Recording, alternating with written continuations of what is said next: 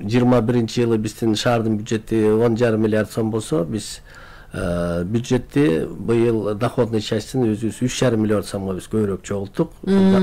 Бюджетибизди 3,5 миллиардга көп болду. Ошонун эсебинен биз 1 миллиард сомго 120 автобус сатып алдык. Андан тышкары мына өткөн жумада мен Азиатский банк развития менен 120 электробуска кол койдум. Эми анын тендери бүткөн, ратификациядан өткөн. Мына биз кол койгон соглашение кол койгондон баштап ошо Азиатский банк развитиянын представителдери менен мен жолуктум. Алар дагы ушу 120 электробуста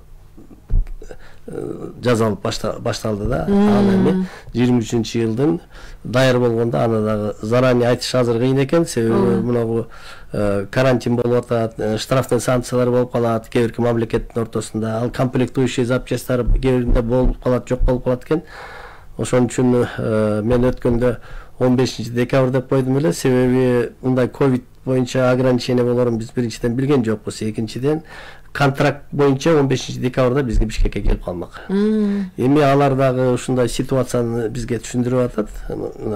Ковид боюнча алар да өтө катуу ограничение экен Кытайда, ошон үчүн бир аз кечигип атат. Факт то, что келип границага келип калды автобустар. Эми айдан границадан чыкса эле 1000 километр экен, ал бир 2-3 күндө биздин шаарга чейин жеткизип беришет. Кыргызстанга жеткенден кийин эле пайдаланууга бериле баштайт. Ооба, даяр автобустар. Алар как раз заводдон бияка чейин 5000 километр болот атат. 5000 километр обкаткадан да чыгып калат экен.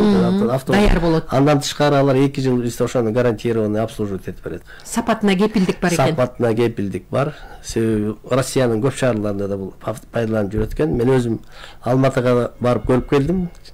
Автобустар жакшы экен, чынында сапаттуу автобустар. Жакшы.